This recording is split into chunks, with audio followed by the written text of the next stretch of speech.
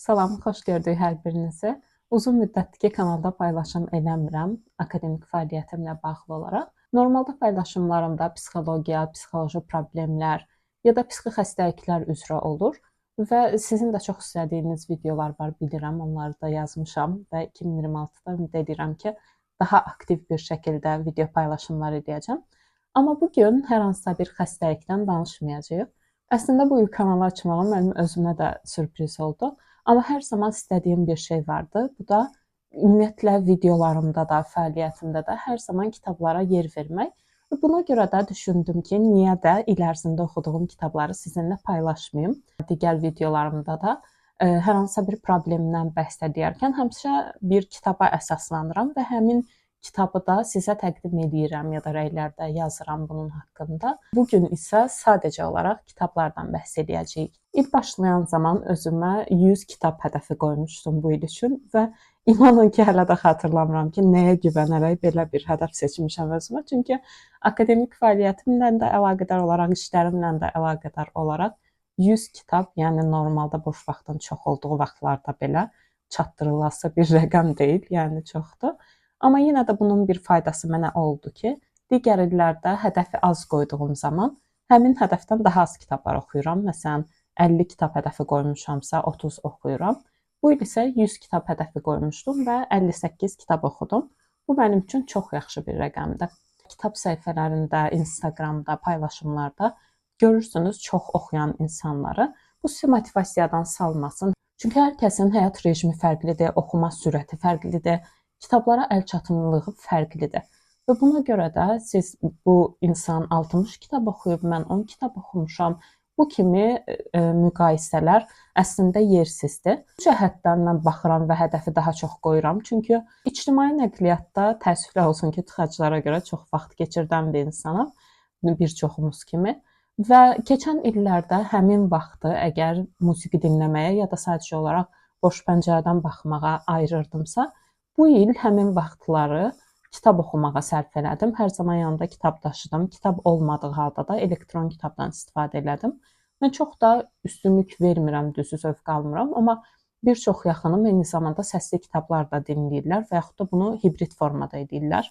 Məsələn, əgər kitabı oxuyurlarsa, çöldə olduqları müddətdə bunu səsli şəkildə dinləyirlər. Evə qayıtdıqlarında isə yenə də kitabdan oxuyurlar. Yəni vasitə çoxdur. Deməyə çalışdığım şey düzdür, say önəmli deyil. 5 kitab oxudunuz, 10 kitab oxudunuz. Əsas olan onu mənimsəməkdir.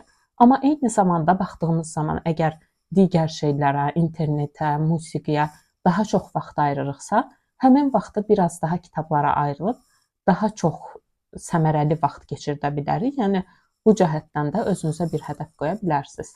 Dediyim kimi mən bu il 58 kitab oxumuşam və bir-bir onlara baxaq istəyirəm. Aylar üzərindən gedək deyə düşünürəm. Bu mənim yanvar ayı ərzində oxuduğum kitablardır.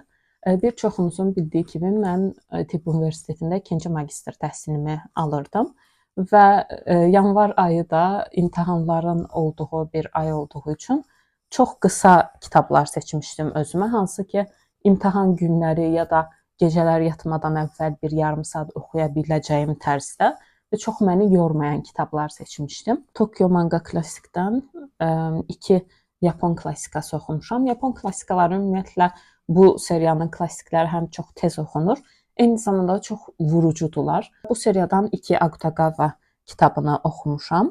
Birincisi Cəhənnəm manzarasıdır və ikincisi də Rashomondur. İkisində də hekayələr mövcuddur içərisində və dediyim kimi hekayələr çox vurucudur. Yəni qısa müddətdə oxuya biləcəyiniz, sizi çox yormayan, amma eyni zamanda da kəskin hekayələr istəyirsinizsə əgər, bu seriyaya ümumiyyətlə Yapon ədəbiyyatına baxa bilərsiniz. Yapon ədəbiyyatında sevmədiyim, məni narahat edən bəzi nüanslar var.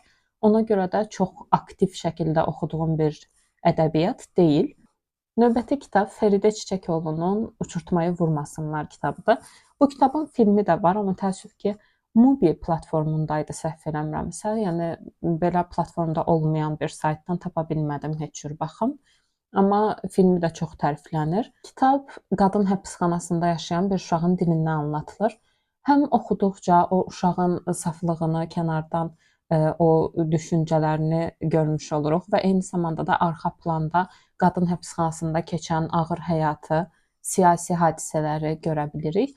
Yəni hər cəhətdən mənim üçün yadda qalan, bir daha da açıb oxuya biləcəyim gələcək illərdə kitablardan biri oldu. Tövsiyə edə bilərəm sizə də. Növbəti kitabım William Shakespeare-dan Sonelər idi. Bu kitabı ümumiyyətlə yanvar ayından əvvəl dekabrda yarısını oxumuşdum 2024-ün. Daha sonra yanvar ayında tamamladım. Utanaraq deyirəm ki, daha əvvəl Shakespeare-dan hansısa bir kitab oxumamışdım. 2026-da daha çox oxumaq istəyirəm Romeo Juliettanı, Hamleti. Çox qəşəng, çox sevdiyim sonetlər var idi içərisində. Ara-ara da paylaşım edirdim bununla bağlı Instagram hesabımda. Yəni çox belə poeziya sevən bir insan olmasam da, Shakespeare-i tanımaq üçün, onun tərzini öyrənmək üçün yaxşı bir kitab idi, amma başlanğıc kitabı deyil məncə. Növbəti oxuduğum kitab George Amadu'dan Sukinkasın Qeyri-adi ölümüdür. Çox qəribə kitabdır. Adı kimi də həqiqətən qeyri-adi bir kitabdır deyə bilərəm.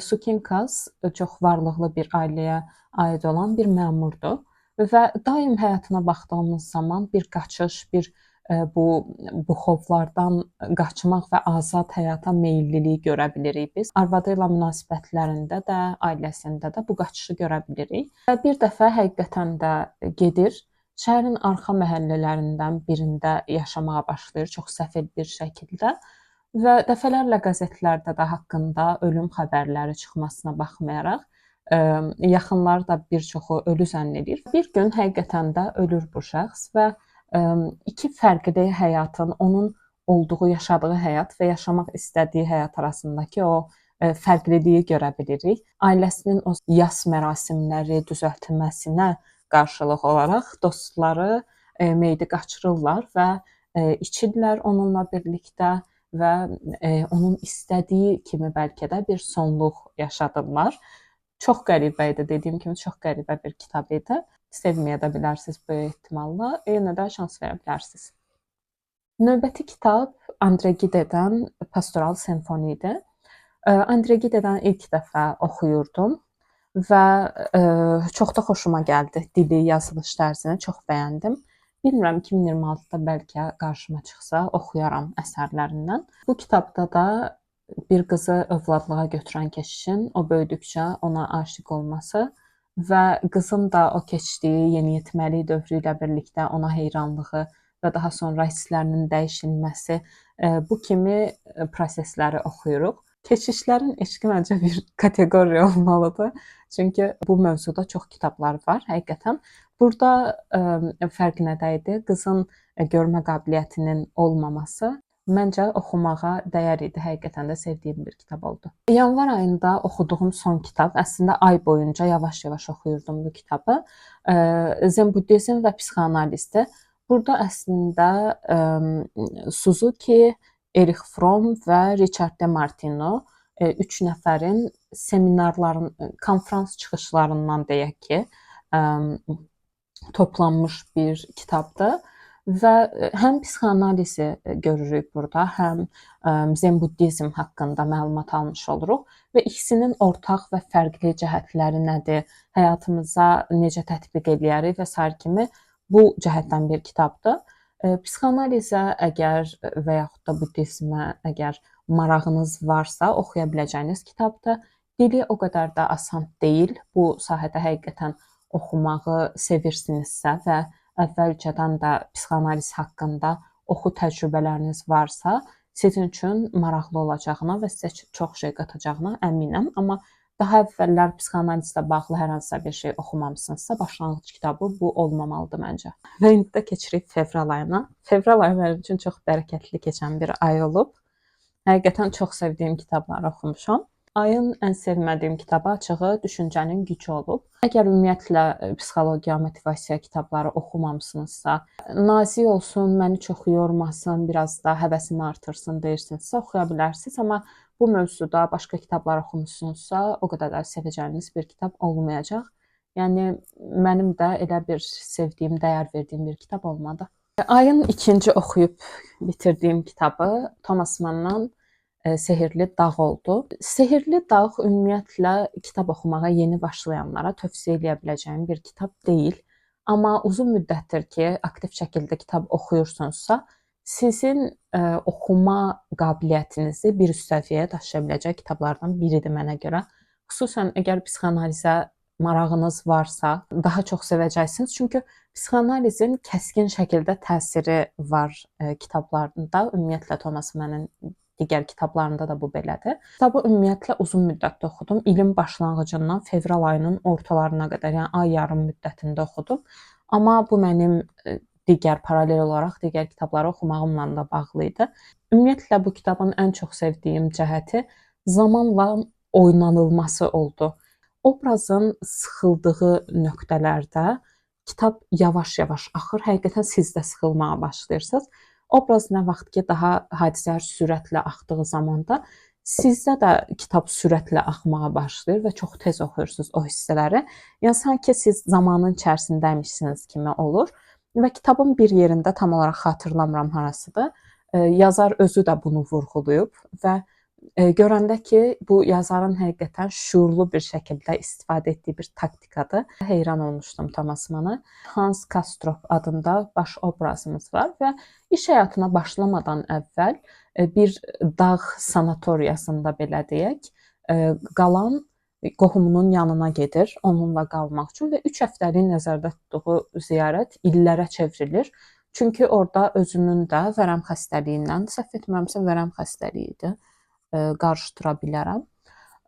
Bu xəstəliyə özünün də tutulduğunu öyrənir və o sanatoriyada keçən həyatı oxuyuruq və insanların bir növ həm orada sağalmaq üçün qalması, amma eyni zamanda getdikcə o dağın sehrinə qapılmaları, o dağın dünyadan necə uzaq olması, bütün dünya məsuliyyətlərindən necə uzaqda yerləşməsi, insanların bir tərəfdən burada qalmaqlarına şikayətlənib, digər tərəfdən də əslində ora dünyadan kənarda bir sığınacaq kimi gəlməsi onlara. Yəni o mənim üçün çox yadda qalan, çox təsirli kitablardan biri oldu deyə bilərəm. Hər şəkildə geniş analiz edə biləcəyiniz bir kitabdır. Amma dediyim kimi kitab oxumağa yeni başlayanlara tövsiyə edə biləcəyim bir kitab deyil. Böyük ehtimalla sevməyəcəksiniz və yaxud da yarıda buraxacaqsınız. Fevral ayının növbəti kitabı Alice Millerdən İstedadlı Uşağın dramı kitabı oldu. Bu kitabı çox sevirəm. Ümumiyyətlə kitabın sevəni də çoxdur. Listində olub oxumaq istəyən insanlar da çoxdur. Yəni tərəddüd eləmədən oxuya bilərsiniz. Dili sadədir. Valideyn-övlad münasibətləri üzərinə, bir valideyni eyni zamanda övlad olaraq görmək üzərinə oxuya biləcəyiniz ən yaxşı kitablardan biridir deyə bilərəm. Amma eyni zamanda oxuyarkən yazarın həyatını da araşdırmağı yaddan çıxarmayın. Və bu kitabı oxuyarkən ümumiyyətlə bu kitab haqqında müzakirə etməyim istəyim çox yarandı. Daha sonra biz psixoloq Aytaç Nağılı ilə birlikdə bir kitab klubu qurduq və bu kitab klubunun üzvləri də psixoloqlardan, psixiatrlardan və psixologiya tələbələrindən ibarət idi. Və o klubda müzakirə kitablarının birini də bu kitab olaraq seçmişdim və həqiqətən də üzvlərin də çox bəyənərək müzakirə etdikləri və həyatlarına bir şey qatan, həyatlarına toxunan kitablardan biri oldu. Xüsusən də dediyim kimi valideynsizsə və psixologiyaya aid kitablar oxumağı, özünüz haqqında nələrsə kəşf etməyi sevən bir insansınızsa, həyatınıza toxunacaq və tövsiyə edə biləcəyim kitablardan biridir İstedadlı Uşağın dramı. Fevral ayı içərisində növbəti oxuduğum kitab Irvin Yalomun Eşq Cəlladı əsəridir. Irvin Yalomu çox sevirəm, çünki ümumiyyətlə onun istiqaməti ekzistensial psixoterapiya mənim bir psixoloq kimi də çox bəyənərək izlədiyim terapiya istiqamətlərindən biridir. Həm bu sahədəki kitabları da zövqlə oxuyuram və Irvin Yalomu da yəni çox heyranlıqla oxuduğum bir psixiatrlardan, psixoterapevtlərdən biridir. Irvin Yalom ümumiyyətlə həm doğrunu bilən, eyni zamanda bildiyi doğrularla bəzən sərhədləri aşan, amma o sərhədləri aşmağının səbəbi də qarşısındakı insana, pasiyentinə müsbət bir şəkildə təsir göstərmə hədəfi olan bir psixoloqdur.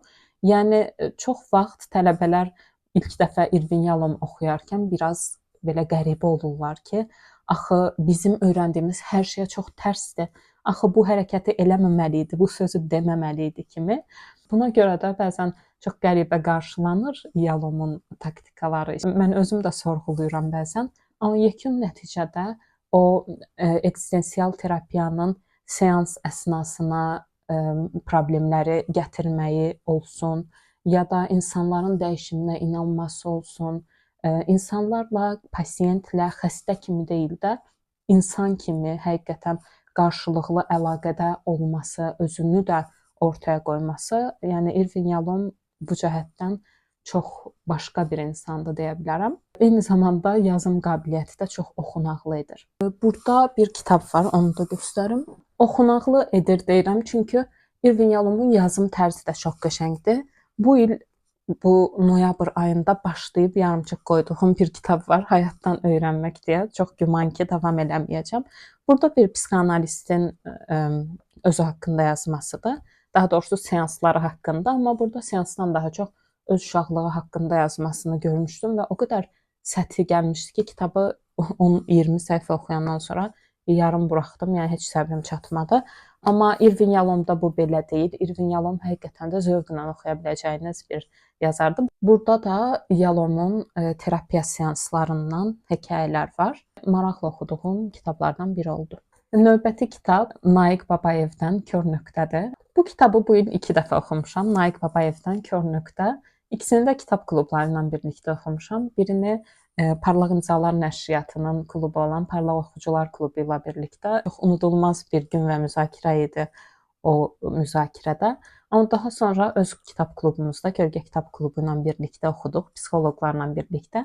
Çünki düşünürdüm ki, bu kitabı psixoloqlar olaraq daha yaxşı analiz edib, daha yaxşı dəyərləndirəcəyik və düşündüyüm kimi də oldu. Həqiqətən çox yaxşı bir müzakirə keçdi, çox unudulmaz bir müzakirə keçdi eyni zamanda psixoloqlarla birlikdə də. Kör nöqtə Azərbaycanlı bir yeniyetmənin davranış problemləri olan və kənar məktəblərin birində oxuyan bir yeniyetmənin həyatından və onun bir müəllimlə, daha doğrusu məktəblinin dostu ilə münasibətlərindən bəhs edir. Çox reallığa uyğun yazılmış bir kitabdır. Nə xoşbəxt sonluqlarla, nə romantizə edilmiş bir şəkildə tipik olaraq Azərbaycan reallığını məncə yansıtan kitablardan biri idi.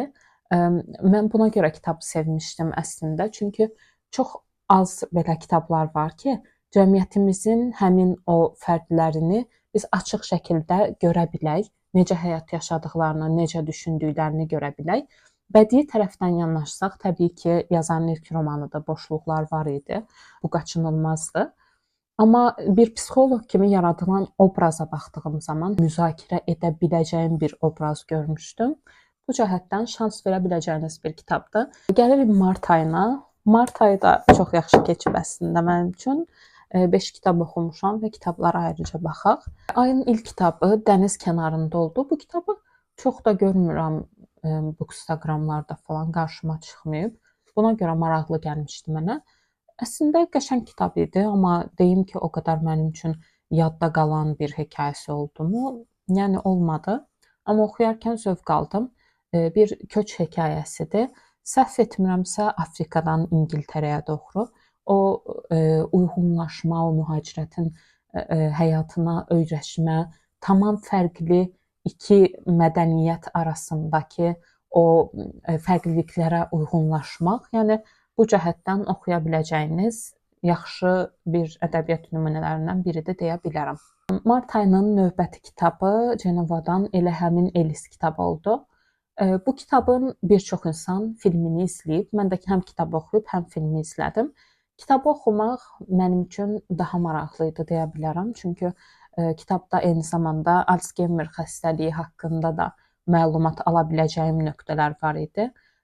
Duyğu və duyğusuzluq çox yaxşı işlənmişdi mənə görə.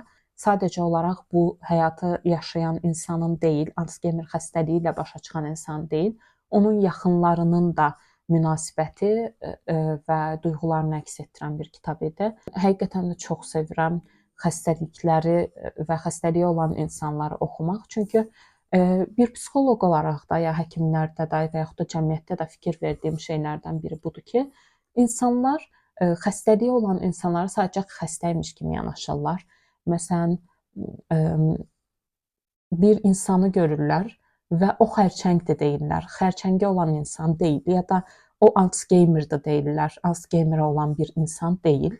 Nə qədər qısaltma şəklində olsa da bu, əslində bizim münasibətimizi də göstərir. O insanları sadəcə xəstəliyindən ibarət olaraq görmək və bu aşmağa çalışdığım bir şeydir və kitablar bu cəhətdən ona görə biz psixoloqlara, həkimlərə ya da bütün sənət peşə növlərindəki çalışan insanlara kitab oxumağı tövsiyə edirəm hər zaman. Çünki qarşımızdakı insanı insan olaraq görmək, onun mübarizəsini də görməyə bu tipli kitablar çox köməklik göstərir.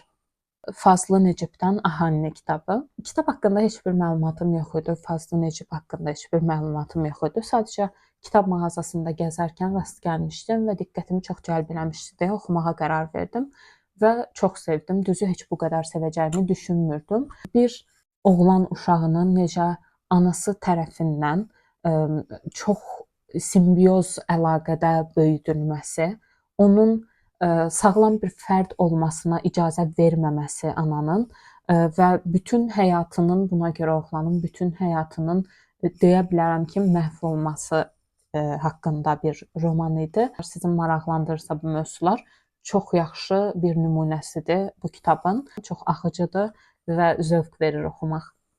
Bu ayın ən sevmədiyim kitabı. Deyəsən mən nəysə bu populyar psixologiya kitablarından bir qəsdi qərəzliyim var ya da qarşıma yaxşısı çıxmır, bilmirəm. Yavaşla Kəmal Sayardan. Bu kitabı oxuyub bəyənənləri gördüm. Çox bəyənilən bir kitabdır, amma mən heç sevmədim. Səbəb nədir? Ümumiyyətlə motivasiya kitabı olsun, psixologiya kitabı olsun, fərqi yoxdur. Hər iki janrda da nəyinsə öyrədilməsinin tərəfdarıyam mən. Sadəcə olaraq baxıb dünyamız belə bir dünyadır, yavaş yaşamaq lazımdır və sair kimi. Yəni problemlərə çox fokuslanmaq, belədir, belə eləmək lazımdır kimi çox da yararlı gəlmir mənə. Düzü bu kitabda hər gün eşitdiyimiz şeylərin bəli dünya sürətlə irəliləyir, bəli yavaşlamaq lazımdır və sair kimi hər gün eşitdiyimiz o şeylər şablon bir şəkildə təqdim olunanda biraz yorucu olur bunu oxumağa davam elətdirmək. Yəni mənim üçün çox yorucu bir oxumaq idi. Ümumiyyətlə psixologiya haqqında heç bir kitab oxumamısınızsa, motivasiya haqqında hər hansısa bir kitab oxumamısınızsa və rahat oxunsun istəyirsinizsə, baxa biləcəyiniz bir kitabdır. Amma bu sahədə kitablar oxumusunuzsa, yəni büdcənizə ayıra biləcəyinizi düşünmürəm. Yəni dəyməz deyə düşünürəm bu kitab üçün. Mart ayının ən sevdiyim kitablarından biri Kenkezinin Ququ yuvası üzərindən uçuş əsəridir. Bir məhkumun psixiatrik xəstəxanaya gətirilməsi və oradakı sistemlə tanış olmasını anlatır və ümumiyyətlə oradakı xəstələri, o dövrdəki psixiatrik xəstəxanalardakı sistemi də görmüş oluruq. Mövzu iki tərəflidir. Bir tərəfdən həqiqətən də dövrün psixiatriyaya baxışını görürük. Dövrün psixi xəstəlikləri olan insanlara baxışını görürük. Müalicə metodlarındakı boşluqları, yanaşmadakı boşluqları görürük və eyni zamanda da cəmiyyəti yansıdan, çox yaxşı bir şəkildə yansıdan və məncə biraz da hətta bəzən siyasətlə belə əlaqələndirə biləcəyimiz tərəfi olan bir kitabdır. Yəni hər tərəfli olaraq çox zövq ala biləcəyiniz bir kitabdır. Kitabın çox məşhur bir filmi var. Çox insan filminə baxıb və hətta bəzən bu məşhur filmlərin kitabı olduğunu bilmir bir çox insan.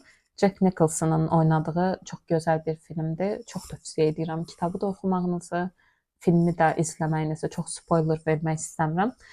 Bu il ümumiyyətlə çox Jack Nicholson filmlərinin bir çoxunu izləmişəm və çoxunda da psixologiyaya aid də çox nüans olduğuna görə xüsusilə sevirəm onun filmlərini.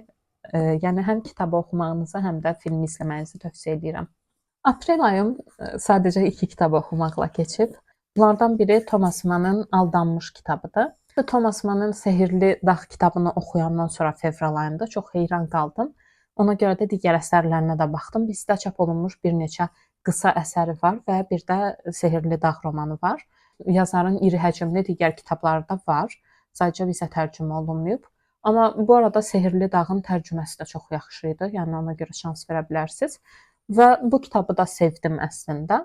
Amma əgər bununla başlasaydım, Thomas Mann-a Aldanmışla başlasaydım, Sehrli Dağı oxuyardımı bilmirəm. Yazardan oxumaq istəsəniz, əgər qısa bir şey oxumaq istəsəniz, tövsiyə edə bilərəm. Kitab orta yaşlı bir qadının gənc bir oğlana aşiq olması və ona olan hissləri həyatına necə təsir eləməsi, övladlarla münasibətinə necə təsir eləməsi ilə bağlı idi. Mənim üçün ilin ən sevdiyim kitablarından biri olmadı, amma yenə də oxumaqdan zövq aldım. Növbəti kitabım Maria Montessori'nin Uşaqlığın Sirri kitabıdır. Bunu da Parlaq Oxucular klubu ilə birlikdə oxuyub müzakirə eləmişdik. Bu sahəyə aid çox yaxşı kitabların birinci mənbədən tərcümə olunmasını çox sevirəm. Bizdə də var kitablar hansı ki Montessori təlimindən bəhs edir və yaxud da psixologiyadan bəhs edir. Örnək verim, Freuddan bəhs edir. Amma Freudun əsərini birbaşa oxumaq ya da Montessori'dən birbaşa oxumaq daha faydalıdır məncə. Hansı texnika, hansı nəzəriyyəçinin nəzəriyyəsi daha tətbiq oluna biləndir, boşluqları nələrdir və s. kimi bunu görmək üçün də çox əhəmiyyətlidir. Bu arada boşluq demişkən də bir şey yadıma düşdü. Biz çox məşhur insanların kitablarını oxuduğumuz zaman, nəzəriyyələrini oxuduğumuz zaman onu olduğu kimi qəbul eləməyə və ilahiləşdirməyə meylliyik. Buna ən çox məruz qalan məncə psixoanalistlərdir, amma yenə digərlərinə də aiddir. Bir insan çox yaxşı nəzəriyyəçi, çox yaxşı ixtisasının bir nümayəndəsi ola bilər, amma bu onun hər dediyinin doğru olduğu mənasına gəlmir. Təbii ki, biz onun nəzəriyyəsində də boşluqlar tapa bilərik, həyatında da boşluqlar tapa bilərik. Yəni hər hansısa bir nəzəriyyəçini ya da yazarı ilahiləşdirmək və onun hər yazdığını doğru qəbul eləmək doğru bir şey deyil və inkişaf etdirici bir şey də deyil. Yəni birinci mənbədən kitab oxuyarkən nəzərə almalı olduğunuz şeylərdən biri də budur. Psixoanaliz oxumağı mən də çox sevirəm, Freudu mən də çox sevirəm, ya da Montessori'ni də oxumağı sevirəm. Amma dediyim kimi texnikalarında boşluq ola bilər, bugünə ya da sizin həyatınıza tətbiq olunmaya bilər. Yəni bu çox normal bir şeydir. Və may ayı gəlir. Aprel ayı nə qədər iki kitabla bitibsə, may ayı bir o qədər çox kitabla bitib və bu mənim may ayında oxuduğum kitablardır. May ayı ümumiyyətlə çox boşluq olan bir aydır deyə mənim üçün həmişə may ayları, dekabr ayları daha bərəkətli keçir, daha çox oxuya bildiyim dövrlərdir. May ayında Alice Millerdən ikinci bir kitabı oxudum, Bədənin Üsyanı. Ümumiyyətlə, həm İstedadlı Uşağın Dramı, həm də Bədənin Üsyanı çox yaxşı kitablardılar və hər kəsə tövsiyə edə biləcəyim psixologiya kitablardılar. Sadəcə ikisini də oxumaq istəyirsinizsə, ilk öncə İstedadlı Uşağın Dramına baxmağınızı məsləhət görürəm. Bədənin Üsyanı isə insanlardakı xəstəliklərin bədənimizdə olan fizioloji problemlərin psixologiyamızla, keçmişimizlə necə əlaqəli olduğunu ortaya qoyan və şairlərdən, şəxsiyyətlərdən, yəni tarixi şəxsiyyətlərdən misal gətirərək, örnək gətirərək irəliləyən çox maraqlı, axıcı bir kitabdır. Amma ilk öncə dediyim kimi bu kitabı oxumağınız daha məsləhətdir deyə bilərəm. Çünki məncə Bədənin Üsyanı İstedadlı Uşağın Dramına nisbətən biraz daha səthi kitabdır. Nisbətən amma. Növbəti kitab Hemingway'dən Əcəl Zənginə. Hemingway'i çox sevirəm. Əlvida Silah əsərini çox sevərək oxumuşdum yeniyetmə vaxtı və sırf o əsərin təsiri ilə də bu kitabı çox sevəcəyimi düşünürdüm. Amma yanıldım. Kitabı paylaşdığım zaman Instagramda da bəziləri yazdı ki, yəqin ki, doğru zamanda oxumamısınız və s. kimi. Yox, doğru bir zaman idi mənim üçün, boşluqda olan bir zamanım idi və oxudum əslində, amma mənə çox sıxıcı gəldi və kitabı sadəcə olaraq bitirmək üçün bitirdim deyə bilərəm. Tərcüməsini də sevmədim, o ayrı bir şey, amma kitabın özü mənə xitab eləmədi deyə bilərəm. Bu arada kitabları, məşhur kitabları sevməyə bilərsiniz. Mən Əcəl Zəngilə birdə, məsələn, Başsız Atlı, Main Rindin Başsız Atlı əsərini heç sevmirəm. Əcəl Zəngi də heç sevmədiyim kitablardan biri oldu. Yəni normaldır. klassik əsərləri bəyənməməyimiz normaldır. Yəni bu o demək deyil ki, doğru zamanda oxumamışıq və sair kimi. Belə yəni biraz sıxılaraq oxumuşdum deyə bilərəm. Növbəti kitabım Saxta kupondur. Saxta kupon Lev Tolstoyun kiçik həcmli hekayəsidir. Ümumiyyətlə bu Parlaq İmzaların bu seriyasını çox sevirəm. Üzərində hətta neçə müddətə oxuya biləcəyiniz, məsələn bu 1 saat 8 dəqiqə yazılıb. Ortalama həqiqətən də 1 saat müddətində, yəni burdakına uyğun olaraq oxuya biləcəyiniz kitabdır. Yoldaş seriyasıdır. Nə vaxt ki, vaxtım olmur və ya çox qısa zamanım var, o zaman oxumağı sevirəm bu hekayələri. Saxta kupon sevdiyim bir hekayə oldu. Domino effekti də deyilir, kəpənək effekti də deyilir. Bu hadisənin, yəni kiçik bir hadisənin necə böyük nəticələrə yol aça biləcəyinin təsvir olunduğu çox öyrədici bir hekayədir. Çox maraqlı irəliləyən bir hekayədir. Düzdür, bir ara American Psycho-ya bağlayır əsər çox ölümləri ilə, qanı ilə birlikdə, amma ümumilikdə yaxşı bir hekayə olaraq ağlımda qaldı. Bu ilin ən sevdiyim kitablarından biri. Yun Fose'nin Səhərdən Axşama əsəri. Bu il oxuduğum ən təsirli kitablarından biri idi. Yun Fose ümumiyyətlə gələcəkdə də oxuyacağım bir yazardır. Çünki çox təsirləndim. Ümumiyyətlə mən kitablarda böyük hadisələr ya da çox böyük bir duyğuların əks etdirməyindən daha çox həyata dair olan gerçəklərin təsvir olunmasını çox sevirəm. Yun Fose'nin Səhərdən Axşama əsərində bir insanın doğumu və ölüm anı, doğuluş anı və ölüm anını oxuyuruq. Çox təsirli idi doğum anında atanın, kənardakıların duyğuları, həmin an ümumiyyətlə və daha sonra da ölümü təsvir eləməyi kitabı oxuyarkən, yəni boşluğa baxdığımı xatırlayıram. Divara oturub baxdığımı bitirdikdən sonra çox sevərək oxumuşdum. Tövsiyə edirəm, mütləq baxın. Növbəti 3 kitabım Tess Press'dəndir. Bir şey, bu ümumiyyətlə motivasiya və şəxsi inkişaf motivasiya janrının ən yaxşı nümunələrindən biri idi mənə görə bir şey. ADHD-niz varsa, nəyisə fokuslanmaqda çətinlik çəkirsinizsə, hər şeyi birlikdə eləməyə çalışırsınızsa və bunun üzərindən, öhdəsindən gəlməyə çalışırsınızsa, bir şey bu cəhətdən sizə çox kömək olacaq. Mənim də altını xətlədiyim cümlələr var idi. Bu kitab ümumiyyətlə mənim həyat baxışıma uyğundur və bunun həqiqətən uğura gedən yolda çox kömək elədiyini fərqinə varmışam. Biz bir əldə 2 qarpız tutmaq deyilir xalq məsəlində. Yəni həqiqətən də bir anda bir neçə iş görməyə çalışırıq, amma bir anda bir neçə əsas iş görmək hamısının eyni keyfiyyətdə görə bilmərik və bunlardan mütləq şəkildə birini seçib ona fokuslanmaq və bunu necə edəcəyiniz haqqında bəhs edir. Siz də çox işdən yapışan bir insansınızsa və işlərinizi necə səliqəyə salmalı olduğunuzu bilmirsinizsə, çox yararlı olacağını düşünürəm. May ayının növbəti kitabı Yanis Yaunsudrabinç kitabın yazarını çox da oxuya bilmirəm. Ölüm rəqsidir. Gürcü ədəbiyyatına aid olmalı idi bu kitab. Çox bəyənərək oxuduğum bir kitab idi və səbəbi də 20-ci əsrin əvvəllərindəki Bakını təsvir eləməsidir. Əsərin əsl mövzusu Willis Wallace'un Ilse adındakı bir qızı sevməsi və onun ardından hər yerə getməsi, onu əldə etməyə çalışmasıdır. Qısaca anlatsağa gəl bir sevgi romanıdır. Amma məncə burada baş rol, nəinki arxa fonda deyərdim, burada baş rol Bakıdır.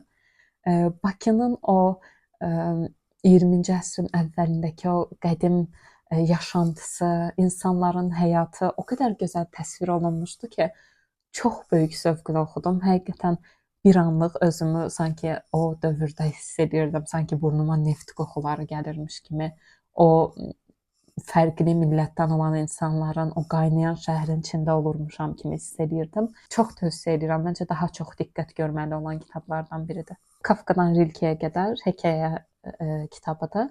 Hekayə kitablarını sevirəm. Ay boyunca oxuyuram. Məsələn, bir ay başlanğıcında bir hekayə kitabı seçirəmsə, Vaxtım olduqca bir hekayə oxuyuram və ay boyunca bu davam edir. Paraleldə də digər kitabları oxuyuram. Bu kitabda da tanınmış yazarların hekayələri var idi. Tanımadığım yazarlar da var idi bu arada içərisində və çox sevdiklərim də oldu onlar arasında. Bu ilin sevmədiyim kitablarından. Kitab səhifələrinə, bu Instagramlara baxdığım zaman oxuyanların Ot festivalını çox sevdiyini gördüm. Strauss mənim çox sevdiyim nəşriyyat evlərindən biridir. Əsərlərini, işlərini çox bəyənərək izləyirəm. Müasir ədəbiyyatın yaxşı nümunələrini təqdim etməkləri mənə görə çox dəyərlidir. Çünki digər nəşriyyatlarda çox vaxt çox tanıdığımız kitablar dəfələrlə nəşr olunur. Çox vaxt da mükafat almış əsərlər seçilir və mənim üçün oxumaq həqiqətən də zövqlüdür yeni ədəbiyyatı da. Bilmirəm niyəsə bu kitabla bağ qura bilmədim. Niyəsə sevmədim. Sevəni çoxdur, baxa bilərsiniz. Bu il mənim tanış olduğum və çox sevdiyim bir yazar Lu Andreas Salome oldu. Bu şəxsiyyətlə tanışlığım əslində daha sonraki ayda bitirdiyim Neçə Ağlayanda romanına gedib çıxır. Geç tanıdığım, lakin tanıdığıma görə çox məmnun olduğum bir insandır və kitablarını oxumağa da davam edirəm. Lu Andreas Salome ətrafına o dövrün çox möhtəşəm şəxsiyyətlərini, psixoanalistləri, şairləri, yazarları, elm adamlarını toplamış feminist bir qadındır və buna görə də sanki obrazlar dəyişsə belə öz xarakterini köçürdüyü o qadın obrazların dəyişilməz olaraq qalır deyə bilərəm. Ümumiyyətlə sadəcə kitablarını oxumaq deyil, həyatını da araşdırmaq mənim üçün çox ayrı bir təcrübə idi. Hətta ola bilər ki, psixologiya tarixi seriyası içərisində bu xanımdan da bəhs etmiş oldum. Yazardan Feniçka və Arayışlar kitabını ikisini də ard-arda oxudum və ikisində də dediyim kimi obrazlar dəyişilsə də əslində o qadın azadlığı mövzusu, feminizm və digər insanlarla münasibəti, güclü qadın obrazları və s. dəyişilməz olaraq qalırdı və sevərək oxumuşdum həqiqətən də, tövsiyə edirəm sizə də. Və Kate Chopin Uyanış əsəri. Bu kitabı ilə də çox bəyənmədim doğrusu.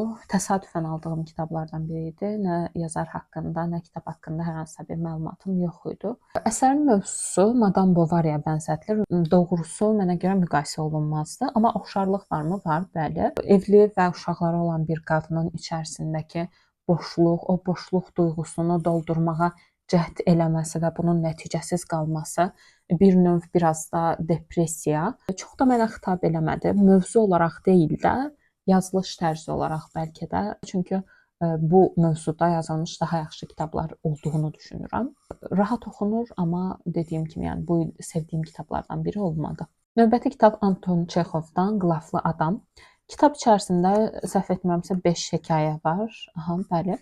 5 hekayə var. Ən çox sevdiyim hekayə də elə Qlaflı Adam oldu. Qlaflı Adam təşviş pozuntusu, generalizə təşviş pozuntusu olan bir şəxsin təsvirini verdiyi üçün mənə görə və Anton Çexov da həkim olduğu üçün düşünürəm ki, həyatında bu tip insanlarla rastlaşıb, təşviş pozuntusu olan insanlarla o qədər qəşəng təsvir olunmuşdu ki, kimsə generalizə təşviş pozuntusu nədir desə, əgər bu hekayəni oxutmaq istəyərəm bəlkə də o dərəcə. Yəni çox sevərək oxumuşdum və Parlaq Oxucular Klubu ilə müzakirə etdiyimiz kitablardan biri olmuşdu. Belə bəhs etməyi unutdum. May ayında bir də Oleziya kitabını oxumuşam. Hal-hazırda kitab əlimdə deyil və Səbat nəşrlərindən çıxmışdı, Səbat yayınlarından. Çox sevərək oxumuşdum. Ümumiyyətlə bu mini klassik əsərlər klassikaya giriş üçün də çox qəşəngdir. Əgər rahatlıqla oxuya biləcəyiniz bir kitab istəyirsinizsə, klassik janrdan Oleziyaya baxa bilərsiniz. İyun ayında 2 kitab oxumuşam.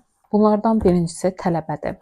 Tələbə mənim ikinci dəfə oxuduğum kitabdır. İlkini səhv eləmirəmsə 2021-ci ildə oxumuşam deyə xatırlayıram. 2022-də. 2022-ci ildə oxumuşam. Onda da çox sevərək oxumuşdum və çox sevdiyim üçün də elə kitab klubumuzun ilk kitabı olaraq bunu seçmişdim və üzvlərimiz də çox bəyənərək oxudular. Tara Vestoverin avtobioqrafik əsəridir. Avtobioqrafiya oxumaq ümumiyyətlə mənə görə insan həyatına çox şey qatır. Psixoloq olaraq da avtobioqrafik janrı digər janrlardan hər zaman üstün tutmuşam və bu kitab da avtobioqrafiyanın ən yaxşı örnəklərindən biridir mənə görə. Taranın uşaqlıqdan bəri böyüdüyü ailə psixoloji pozuntuları olan bir ailədir eyni zamanda.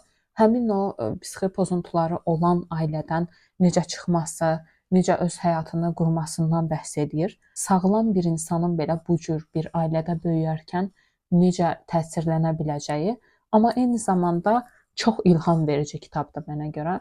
Və xatırlayıram ki, 2022-ci ildə oxuduğum zaman da akademik cəhətdən, yəni məni çox sıxan bir dövr idi. Oxuduğum zaman mənə çox ilham vermişdi və ikinci dəfə oxuyanda çox ilham verdi. Amma bu səfər bir klinik psixoloq kimi xəstəliklərə də daha çox baxma və bu haqqda həmkarlarımla da müzakirə etmə şansım oldu. Yəni hər tərəfli çox sevə biləcəyiniz bir kitab olduğunu düşünürəm. Bu ilin yenə də ən yaxşı kitablarından biri oldu tələbə. İyunda oxuduğum son kitabda sanatsal yaradıcılıq və duyğu durum pozukluqları oldu Cem Mumcu tərəfindən. Bu bir araşdırma mətnidir. Sənətkarlar və psixi pozuntular arasındakı əlaqəni araşdırır. Xüsusən də tələbələrə maraqlı olar bu şəkildə tədqiqat necə aparılır. Mənə görə çox maraqlı idi oxumaq, o tədqiqatın nəticələrinə gəlib çatmaq. Gəldik iyul ayına. İyul ayında 3 kitab, bir də Kör nöqtəni yenidən oxumuşdum. Buralara bir yerə qoyaram Alejandro Zambranın Ağacların Özəl Həyatı, hal-hazırda Bonsai adı ilə də nəşr olunur deyə bilirəm. Onu Kindle-dan oxumuşdum. Ümumiyyətlə Alejandro Zambra mənim ən sevdiyim yazarlardan biridir. Əslində şairdir, amma şeirlərini oxumamışam. Şairlərin yazdığı nəsr əsərlərini oxumaq mənə çox zövq verir. Alejandro Zambranın kitablarında siz çox bayaq dediyim kimi böyük hadisələr görməzsiniz, amma arxa fonda hər şey baş verir. Çox üzdən oxuyub keçsəz burada nə anlatır ki deyib keçə biləcəyiniz kitablarda anlatdığı şeyə fokuslanmadan hər şeyi arxa fonda verməsi çox maraqlı idi. Zambranın çox sevdiyim kitabı, onu bu kitabla tanımışdım. Evə qayıtmağın yolları. Bu kitab mənim ən sevdiyim kitablardan biridir. Dediyim kimi böyük bir hadisələr, yəni sizin həyatınıza çox təsir edəcək bir kitab deyil. Amma çox sevərək oxumuşdum mən. Bonsai'dən sonra oxuduğum 2 kitab. Birincisi yenə Irvin Yalomdan Nietzsche ağlayandadır. Bu əsərin Azərbaycan dilindəki tərcüməsini sevmirəm. Buna görə də yarıda buraxdım və hətta mənə kitabı tövsiyə edən və hər kəs çox ayla-bayla oxuyur, hər kəs çox sevir, bu əsəri sevməyən insan tanımıram demək olar. Yarıya gəlmişdim və bu əsəri sevmədiyimi düşünürdüm. Sonra tərcüməni bəyənmədiyimi gördüyüm üçün türkcə variantına keçdim. Kindle-dan elektron şəkildə oxumağa başladım və kitabı sevməyə başladım. Siz də oxuyacaqsınızsa, təəssüf eləyərək deyirəm ki, Azərbaycan dilindəki nəşrindənsə türkcə oxuya bilirsinizsə, türkcə oxusaz kitabı daha çox sevərsiniz. Düşünürəm ki, çox yaxşı işlənmiş bir kitabdır, amma Azərbaycanca oxumaq zövq vermədi. Bunu da yenidən vurğulayım. İyulda oxuduğum son kitab Gözəl Yaşama Kılavuzu oldu.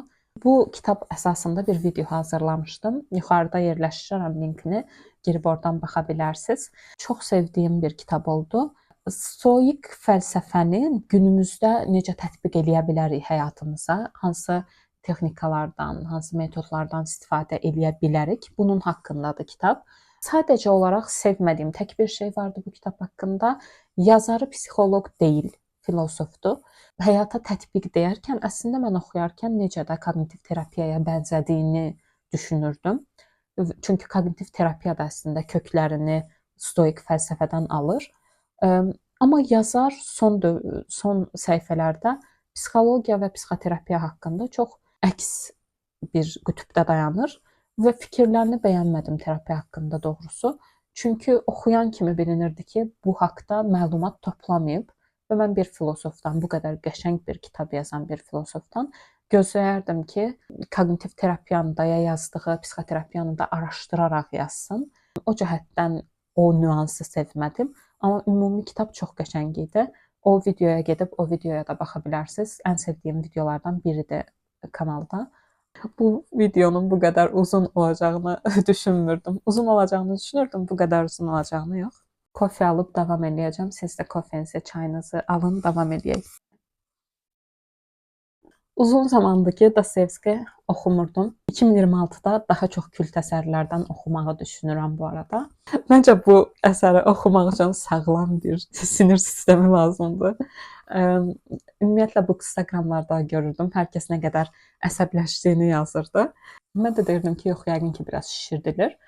Amma həqiqətən də inanılmaz dərəcədə çox əsəbləşəcəyiniz bir kitabdır. Kitabda məni əsəbləşdirən şey əvvəlcə Alyosha obrazına olan münasibəti idi. Amma bu eyni zamanda məni çox düşündürdü. Ümumiyyətlə tez-tez qarşılaşıram məsum obrazlar, hansı ki çox saf olaraq təqdim olunur və bu obrazlar çox səhvlər edirlər. Amma səhv elədikləri halda bunu etiraf etdikləri üçün, səhv etdiklərini bildikləri üçün, özləri ilə bacarmadıqlarını söylədikləri üçün bunu etiraf etdikləri üçün ətrafdakılardan müsbət şeylər görürlər. Və bu şey məni çox düşündürdü. Çünki həyatımıza baxdığımız zaman da, digər insanların həyatına baxdığımız zaman da bəzən elə olur ki, həyatlarındakı bir insan bir səhv edir, gəlir bağışlanma diləyir, səhv etdiyini deyir və o insan digərləri tərəfindən müsbət qarşılanır səhvini başa düşdüyü üçün, amma bu getdikcə bir döngüyə girir. Cəzasız qalan hər səhv təkrarlanmağa məhkumdur deyilir. Burada cəza dediyimiz şey şiddətlə nəzərdə tutulmur. Sadəcə olaraq etdiyin şeyin nəticələrini görmək və bu insanlar, bu məncə böyüməmiş, yeniyetmə qalmış obrazlar da etdikləri şeylərin nəticələri ilə qarşılaşmadıqları üçün daim təkrarlamağa məcbur olurlar. Sevərək oxumuşdum. Ümumiyyətlə Dostoyevskini oxumağı sevirəm. Növbəti kitab Işıgurodan Günün qalanıdır. Bu kitabı oxuyan hər kəs çox sevirdi. Mən oxumurdum bu kitabı. Səbəbi isə Işıguronun məni heç vaxt tərk etmə kitabı idi, səhv vermirəmsə.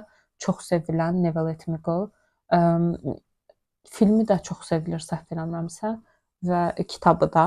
O kitabı oxumuşdum illər öncə və heç bəyənməmişdim. Bilmirəm onu yenidən oxusam bəyənərəmmi, amma yəni heç istəmərəm yenidən oxumaqda, heç bəyənməmişdim. Və Işıqurona ondan sonra bir məsafə yarandı aramızda. Düşündüm ki, bəyənmərəm. Amma bu kitabı mən çox bəyəndim. Kitabın filmi var, filmi də çox qəşəngdir. Filmini də mütləq izləyin. Kitab içərisində gizli şəkildə bir cəmiyyət, siyasi tənqidlər də olan, amma əsasında bir insanın həyatına, işinə həsr etməsi və həsr etdiyi işinin həyatının digər bölmələrini görməsinə mane olması, yaşlandığı dövrdə geriyə dönüb baxması, itirdiklərini, qaçırdıqlarını, yox dediklərini gözdən keçirtməsi bu haqda bir romandır əslində. Stevens obrazının o geriyə baxarkən bilmirəm, həm peşmançılıq, amma bəlkə də həyatına yenidən başlasaydı, yeni şeyləri eləyərdi. Hər şeyindən çox düşündürən bir əsər oldu məni. Çox sevərək oxudum. Bir dəfə oxuduğum yazarların adlarını özüm baxaraq oxuyuram, çünki çox məşhur yazarlar deyil. Carson McCullers. Yalnız bir avcıdır ürək. Çox nadir hallarda üz qabığına görə kitab alıram. Bu il 2 dəfə üz qabığına görə kitab almışam. Amma bu kitabı çox bəyəndim, həqiqətən çox bəyəndim. Kitabı yay aylarında oxumağım ayrıca mənə zövq verdi. Dünya müharibəsi sonrası böhran dövründə bir Amerikan qəsəbəsindən bəhs edir. Kitab eşitmə məhdudiyyəti olan 2 dostun həyatı ilə başlayır və daha sonra onlardan birinin xəstəxanaya yerləşdirilməsi ilə birlikdə Singer adlı eşitmə məhdudiyyəti olan şəxsin tək qalması və obrazın daha sonra yeni bir qəsəbəyə, yeni bir hayətəyə köçməsinin ilə başlayır. Davam edən hadisələrdə bir yeniyetmənin böyümə prosesini görmüş oluruq. Necə oğlan uşağı kimi böyüdülən bir qızın özünü kəşf eləməsi, dəyişilmə prosesi, bu prosesdə yaşadığı duyğuları oxuyuruq. Ən çox diqqətimi cəlb edən, ən çox kitabı sevməyimə səbəb olan nöqtələrdən biri Singer'ın eşitmə məhdudiyyətinə baxmayaraq insanları dinləməyə çalışması. Qəribə səslənir düzdür, eşitmə məhdudiyyəti olan bir insanın dinləməsi. Amma sakit dayanması, insanların danışmağına icazə verməsi hər kəsin gəlib onun dərdini danışmasına səbəb olur. Qarşılarındakı insanın onu eşitmədiyini bildikləri halda Sadəcə oturduğu üçün qulaq asdığını və qulaq asdığı üçün də onları başa düşdüyünü düşünürlər. Qarşı tərəfə köçürmə eləmə məsələsi ağlıma gəlmişdi bu kitabda. Qarşımızdakı insanlar biz deyirik, bizim aynalarımızdır. Və Singer'ın da əslində sakit şəkildə insanlara oturub danışmalarına icazə verməsi, hər insanın əslində özündən bir parçanı ona köçürtməsi, hər insanın onu fərqli bir insan kimi qavramasına səbəb olmuşdu. Amma Singer'ı görən, o həqiqətən də o nə istəyir, o içərisində nə yaşayır, bunu bilən yox idi. Və avqustda oxuduğum son kitab da Eagleman'ın Beyin Sənin hekayən kitabı oldu. Kitab çox zövqlə oxunur. Daha əvvəl neyropsixologiyaya aid, beyinə aid hər hansısa bir şey oxumamısınızsa, dili çox sadədir. Qarışıq mövzuları, mürəkkəb mövzuları çox rahat, sadə bir dillə danışır. Amma əgər neyropsixologiya sahəsində dərs almısınızsa, bu haqqda daha geniş məlumatınız varsa, təkrarlamaq üçün ola bilər, amma sizi də çox da təmin eləyə biləcək bir kitab olmaz o zaman. Sentyabrda 2 kitab oxumuşam. Çox məşğul olduğum bir dönəm idi.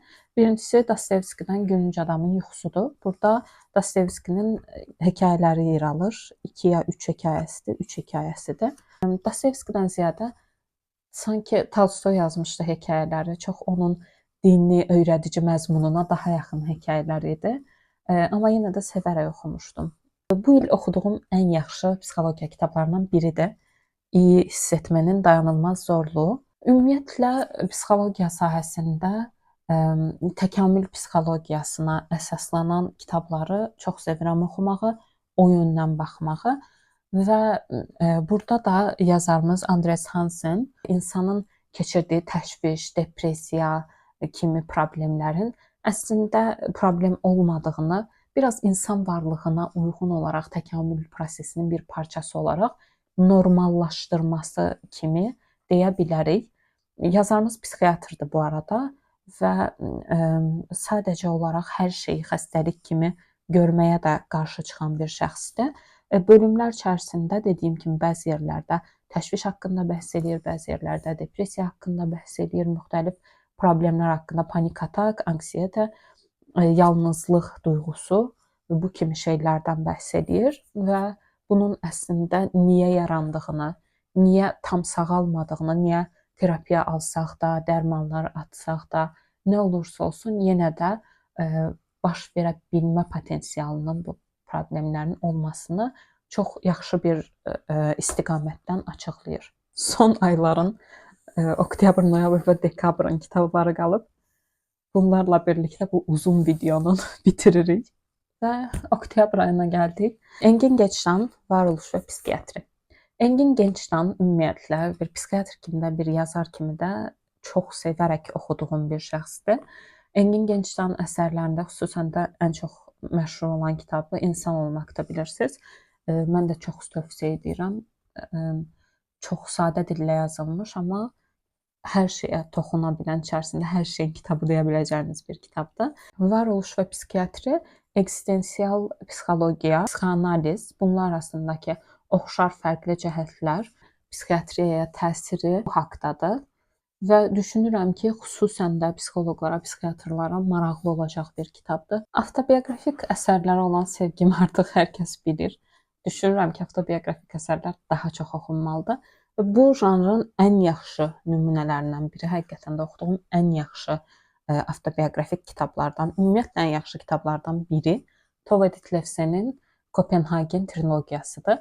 Bunu Kölgə Kitab Klubunda müzakirəyə də qoymuşdum və oxuyanların da sevdiyi və yaxşı bir müzakirə keçmişdi.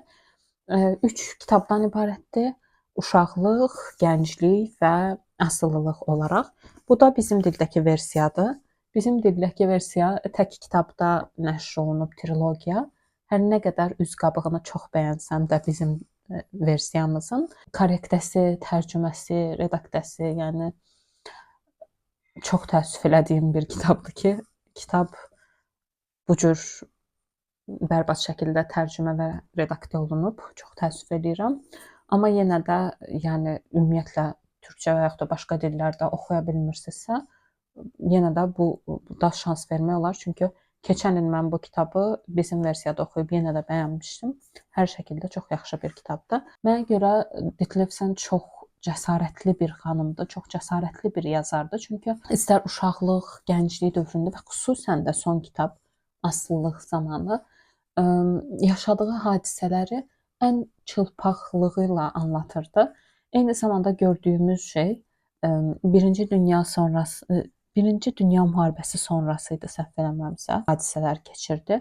Müharibəsinin gətirdiyi insanlardakı biraz o apatik vəziyyət, arxa məhəllələrdə yaşayan bir uşağın gözünün önündəki örnəklər, yəni ilk kitabdan danışıram. Antovinin öz dünyaya baxış tərzi ilə, ailəsi ilə uyuşa bilməməsi, azadlıq meyli, şair olma həvəsi, amma bunun da yaşadığı nə dövrdə, nə də çevrədə çox da qəbul olunan bir şey olmaması, bunu oxuyuruq. Daha sonra gənclik dövründə də onun iş tapma, ailə qurma, bu kimi problemləri və gənclik seriyada ən az sevdiyim kitabdır deyə bilərəm, amma ən çox sevdiyim Bağımlılıqdır, Asılılıq. Burada bağımlılıq dediyi zaman asılılıq həm evlilik cəhətdən nəzərdə tutur, həm də maddə asıllığından bəhs edir. Yazar öz həyatını çox cəsur bir şəkildə qələmə alıb. Oxuya biləcəyiniz ən yaxşı avtobioqrafik əsərlərdən biridir. Onsuz da 21-ci yüzilliyin ən yaxşı 100 kitabı arasında siyahıya daxil olunub. Yəni mütləq oxumağınızı tövsiyə edirəm. Alex Shulman'dan Malma stansiyasıdır. Bu kitab türkcə nəşr olunmuşdu, birinci Malma stasyonu və çox böyük bir əks-səda doğurdu. Bütün yerlərdə, bütün səhifələrdə görməyə başlamışdım kitabı. Sonra gördüm Strauss nəşriyyatı nəşr edib. Tərcümə baxımından, tərtibat baxımından bu arada kitabı çox bəyəndim. Sadəcə olaraq kitabın sonluğunu bəyənmədim mən. Kitab sona qədər çox bəyənmişdim. Sonluğunu bəyənmədim.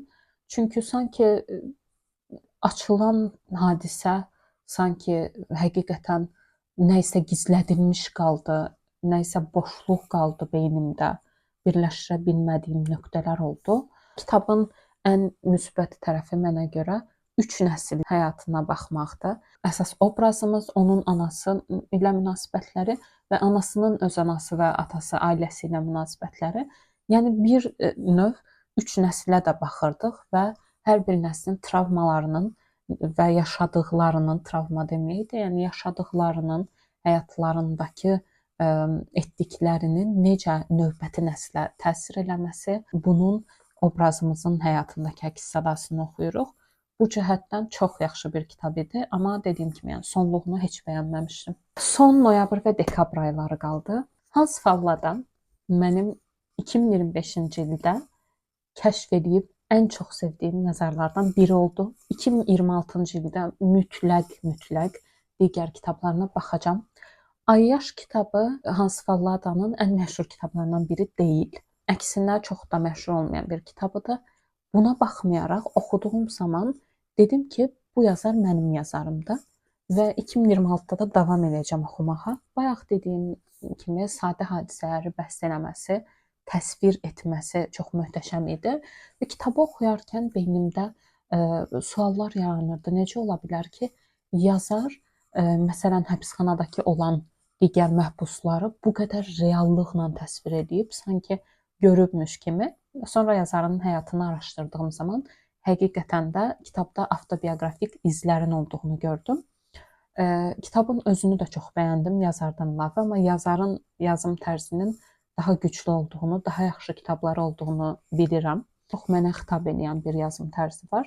Ayyaş kitabı Somer adlı zəngin bir şəxsin necə yavaş-yavaş əyyaşa çevrildiyini, necə işin stresi ilə qarşılaşıb bunlarla başa çıxa bilmədiyi üçün spirtli içkilərə başvurması və içdikcə daha çox aslı vəziyyətə düşməsini bəhs edir və o düşüşü görürük. Bir insanın necə həyatının tamamilə dəyişilməsi, hər şey olan bir insanın heç bir şeyi olmayan bir insana çevrilməsi, hər dəfə söz verməsi, düz dönməyə çalışması, bəzən qəzəbləri, psixoloji dəyişimləri çox real təsvir olunmuşdu. Yəni bir içki asılılığı olan şəxsin portreti, yəni inanılmaz dərəcədə real təsvir olunmuşdu. Sadəcə olaraq iradım bu idi ki, bütün bunlar çox qısa zamanda baş verir.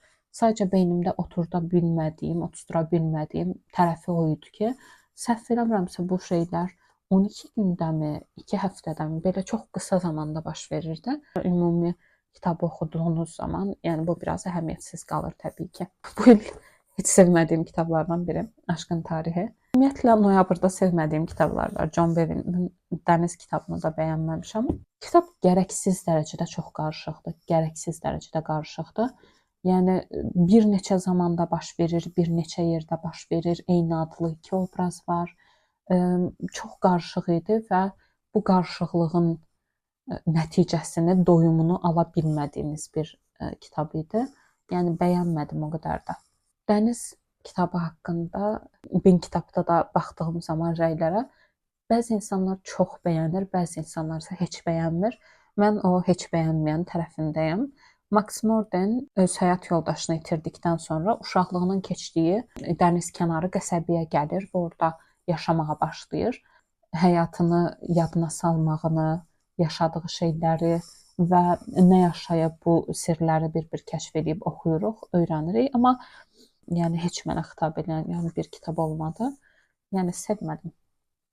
Bu il bir uşaq kitabı da oxudum. Amin Orucdan Azel. Amin bəydən məndə bir kitab da var. Amin Sükut Tuflinlər. Bu Tuflinlər kitabını da mən 2018-də səhv eləmirəmsə oxumuşdum. Mən yetişkinlərin də uşaq kitablarını oxumağını sevirəm. Çünki məncə öyrənə biləcəyimiz çox şeylər olur. Tuflinləri daha çox sevmişdim deyə bilərəm. Və düşünürdüm ki, bir uşaq üçün qarışıq yazılmış yerləri də var idi. Amma belə ümumilikdə bəyəndim. Və noyabrın son kitabı da Yalnızlıq oldu. Bu kitab əsasında bir video hazırlamağı düşündüm. Bilmirəm hazırlayacağam yoxsa yox, yenə də. Kitabın yazarı nevroloqdur və yalnızlıq duyğusunun dərinliyinə enir. Bu duyğu təbii ehtiyacdırmı? Biraz daha təkamül nəzəriyyəsi, yenə də təkamül psixologiyası tərəfindən istiqamətindən yanaşır yalnızlığa. Mənim də yenə də yalnızlığa fərqli nöqtədən baxmağıma səbəb olan bir kitab oldu. Həqiqətən də bəyənərək oxudum. Bəzi yerlərdə dediyim kimi neyropsixologiya ilə bağlı çox bildiyimiz şeylər də var idi, amma bu haqqda heç bir şey bilmirsinizsə, sadə dillə çox öyrədici yazılmış bir kitabdır. Mənim bu kitabdan öyrəndiyim ən böyük şey oldu ki, necə ki biz aclığı yeməyin yoxluğu və bədənin enerjiyə ehtiyac olması kimi görürük və hər birimizin fərqli enerji ehtiyacları var. Eyni şəkildə yalnızlığı da sosial ehtiyacın əksi kimi görür. Yəni biz sosial ehtiyac hiss etdiyimiz qədər yalnızlıq duyğusunu çəkirik və sosial ehtiyaclarımız da fərqlidir. Bu cəhətdən çox öyrədici və çox sevərək oxuduğum bir kitab idi. Və son ayımız dekabra gəldik. Bu videonu çəkmək üçün bu kitabı bitirməyi gözləyirdim. Ona görə bunu sonda danışacağam. Dekabr ayına Drakula ayından başladım. Drakula ümumiyyətlə payız, qış aylarında Instagram hesablarında çox görürsünüz. Yəni ki, biraz qorxu janrları çox oxunur. Əvvəllər qorxu janrını sevirəm. Mən əvvəllər Stephen King çox bəyənərək oxuyurdum. Son zamanlar oxumasam da. İndi klassik janrda olan qorxu hekayələrini oxumaq ayrı bir zövq verir. Drakulanı çox bəyənərək oxudum. Qalınlığına baxmayaraq və əlinizdən axıb gedən, əlinizdən yerə buraxa bilməyəcəyiniz, xüsusən bu qış aylarında ədyalınıza bürünərək, çayınızı alaraq çox ləzzətlə oxuya biləcəyiniz, sizi yormayan, ara-ara ürkmənizə səbəb olan çox qəşəng bir kitabdır və bütün bu hal-hazırda gördüyünüz vampir hekayələrinin də çıxış kitabıdır, çıxış ideyasıdır. Çox bəyənərək oxudum. Dekabrın növbəti kitabı Megi O'Farrell'dən Bən Ölümlə 17 qarşılaşma oldu. O'Farrell'in bir neçə kitabını almışam, amma ilk oxuduğum kitab bu oldu və çox bəyəndim. Yazarı Hamlet kitabı ilə tanımış ola bilərsiniz bəlkə də O'Farrell'i, çünki hal-hazırda filmi çəkildiyi üçün çox məşhurlaşıb.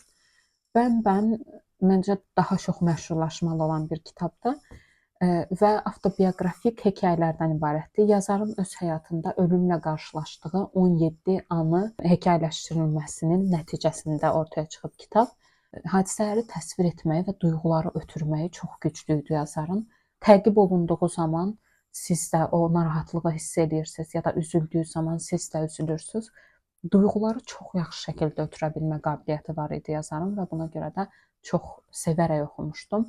Və bu ölümlə qarşılaşma anlarında övladını dünyaya gətirərkən qanaxması nəticəsində ölmək təhlükəsi ilə qarşı-qarşıya olması, bir yerdə yalnız olduğu zaman yeniyetməlik çağlarında arxadan bir adamın gəlməsi və necəsə ötüşdürdükdən sonra o adamın daha sonradan bir qatil olduğunu öyrənməsi və hər dəfə ölümlə burun-buruna gəlib necə sağ qaldığı anları yazıb və bu kitabı oxuyarkən öz beynimdə düşündüm ki, həqiqətən hər bir insanın həyatında ölümlə qarşılaşdığı anlar var, hər birimizin həyatında və bunlara fikir vermədən keçirik.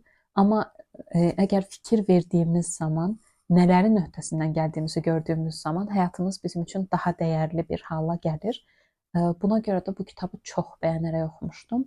2026-da oxumağa davam edəcəyim yazarlardan biridir. Hətta ilk kitab yəqin ki Hamlet olacaq oxuduğum. Bu ay oxuduğum növbəti bir kitab Robert Sitholler'dan Hissimsiz kafe oldu. Üz qabığı çox qəşəng olduğu üçün almışdım düzü və o anda oxuyacağım başqa bir şey olmadığı üçün, axıcı olduğunu düşündüyüm üçün almışdım. Və Viyanada baş verir hadisələr 2-ci Dünya müharibəsindən sonraki dövrü əhatə edir və bir qəsəbədə keçir. Qəsəbə insanların həyatını oxuyuruq. Kitabın sevdiyim cəhəti ondan ibarət idi ki, hər hansısa bir dramatizmə izin vermədən çox çətin olan anları, çox çətin olan hadisələri sanki gündəlik hadisəymiş kimi təqdim eləməsi idi və 2-ci Dünya müharibəsi sonrasındakı o depressiv dönəmi, o durğunluğu, insanların yaşadığı o laqeydliyi bir növ çox yaxşı şəkildə əks elətdirmişdi. Verdiyi duyğular çox yaxşı ötürə bilmişdi duyğularını, amma kitabı davam elətdirməkdə və bitirməkdə yəni çox çətinlik çəkdim deyə bilərəm. O qədər də sevmədim. Daha sonra Hüseyn Cavidin İblis əsərini oxudum. İblisin tamaşasına getdi Pantomima teatrında Parlaq Uççular klubu ilə birlikdə və əgər vaxtınız varsa, əgər səhnəyə qoyulacaq vaxtla üst-üstə düşürsə, mütləq gedib izləyin. Pantomima teatrının aktyorları möhtəşəm canlandırmışdılar əsəri və tamam fərqli cəhətdən yanaşmışdılar. Oradan çıxdığımız zaman bütün klub üzvlərinin qəribə bir səssizliyə büründüyünü və düşüncələrə qapıldığını xatırlayıram. Mənim üçün təbii ki, Hüseyn Cavidin İblisi insanın içindəki pislik və ümumi pislik anlayışı bəzən şeytana aid elədiyimiz, iblisə aid elədiyimiz şeylərin əslində bizim bir parçamız olduğunu, necə bəzən ona yüklədiyimizi, bütün bunları oxumaq ayrı bir zövq verdi həqiqətən də. Amma dediyim kimi yenə də əgər vaxtınız varsa mütləq gedib Pantomima teatrında İblis tamaşasını izləyin. Növbəti bir kitabım da yenə də tamaşa ilə bağlı oxudum. Dorian Gray'in Portreti. Dorian Gray'in Portretini səhv eləmirəmsə mən 2017-ci ildə oxumuşdum. 18 yaşım var idi və tamam fərqli cəhətdən baxmışdım əsərə. İndi bu yaşımda oxuyarkən indi başqa bir gözlə baxdım, başqa şəkildə oxudum. Yenə də çox bəyənərək oxudum. Xüsusən klassik əsərləri çox da oxumamısınızsa, giriş üçün əla bir əsərdir bu. Əslində bayaq dediyim İblis əsərinin də ana ideyası ilə biraz oxşarlıq təşkil edir deyə bilərəm. Ən azından mənim beynimdə belə bir assosiasiya yarandı. Fevralda təkrarlanacaq səhv eləmirəmsə tamaşa bütün Heydər Əliyev sarayının sold out etmə, bütün biletlər tükənəcək qədər yaxşı rəyləri olması tamaşanın, yəni hər kəsə bu zamanədə xitab edən bir tamaşa hazırlamaq, qotik üslubu, xüsusən musiqiləri ilə yəni çox təsir altında qaldığım bir tamaşa oldu. Kitabı da onun əsasında oxumuşdum və ilin son kitabı və videonun da son kitabı Stendhal'dan Parma monastırıdır. Parma Monası tarixi romandır. İçərisində tarixi şəxsiyyətlər də var, yazarın təxəyyülünün məhsulu olan obrazlar da var. Əsas obrazım isə Fabrizio obrazıdır. Bəlkə də böyümə hekayəsi də deyə bilərik buna. Arxa fonda siyasətlə bağlı, dövrün əks etdirməsi ilə bağlı çox hissələr var. Ona görə də çətin oxunan bir kitabdır. Sehirli Dağ kimi bu kitabın da oxucu təcrübəsi çox olan oxucular tərəfindən oxunmasının tərəfdarıyam. Ümumilikdə bəyəndim. Stendhal'ın siyahımda qırmızı və qara əsəri var idi. Onu oxumadan əvvəl bununla qarşılaşmışdım, bunu oxudum. Ümumilikdə bəyəndim, amma çox tərəddüddəyəm bu kitab haqqında əslində, bəyənib bəyənməməyim arasında. Kitabı bitirdikdən sonra o doyumu yaşadımmı? Yaşadım. Amma kitabı oxuduğum müddət ərzində bəzi yerlər gərəksiz uzadılmış kimi gəldi. Sıxıldığım yerlər çox oldu. Ümumi oxuduğum üçün məmnunam, amma yəni Stendhal'ın qırmızı və qara əsərini bir neçə il sonraya saxladım. Gələn il oxuya bilmərəm məsələn, əlim getməz. Kitablar bu qədər idi. Bu mənim də kitablar haqqında geniş danışdığım ilk videodur. Buna görə də bu haqda təcrübəsizəm. Bəzi kitablar haqqında çox danışmış ola bilərəm, bəziləri haqqında çox səthi keçmiş ola bilərəm. Yenə də video uzun olacağı üçün də çox sıxıcı olmasını da istəmədim. Siz bu il neçə kitab oxumusunuz? Oxuduqlarınız arasında hansıları daha çox sevmisiniz?